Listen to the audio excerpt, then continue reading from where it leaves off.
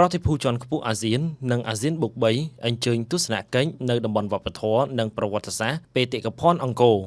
ក្រោយការបិទបញ្ចប់ប្រកបដោយជោគជ័យនៃកិច្ចប្រជុំនិងវេទិកាស្ដីពីអភិបាលកិច្ចល្អដែលកម្ពុជាធ្វើជាម្ចាស់ផ្ទះនៅរុស្ស៊ីថ្ងៃទី4ខែសីហាឆ្នាំ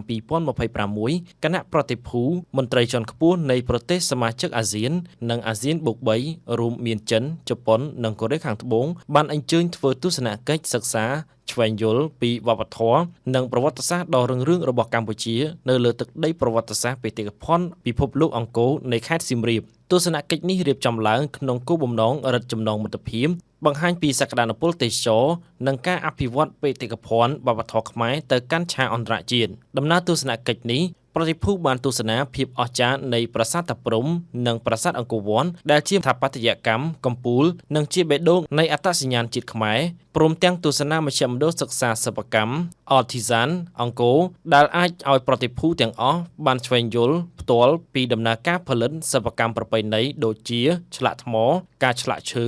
និងការត្បាញសូត្រដែលឆ្លុះបញ្ចាំងពីការថែរក្សានិងការលើកកម្ពស់សេដ្ឋកិច្ចសហគមន៍តាមរយៈសិល្បៈទស្សនកិច្ចនេះបានបន្សល់ទុកនូវចំណាប់អារម្មណ៍យ៉ាងជ្រាលជ្រៅពីប្រតិភូអន្តរជាតិទាំងអស់ក្នុងការកោតសរសើរមិនដាច់ពីមាត់នៅវិស្វកម្មបុរាណខ្មែរព្រមទាំងបានបង្ហាញឲ្យឃើញពីសមត្ថភាពរបស់កម្ពុជាមិនត្រឹមតែក្នុងការដឹកនាំកិច្ចប្រជុំកម្រិតតំបន់ប៉ុណ្ណោះទេប៉ុន្តែថែមទាំងជាគោលដៅទេសចរវប្បធម៌ប្រកបដោយសុវត្ថិភាពនិងភាពទាក់ទាញបំផុត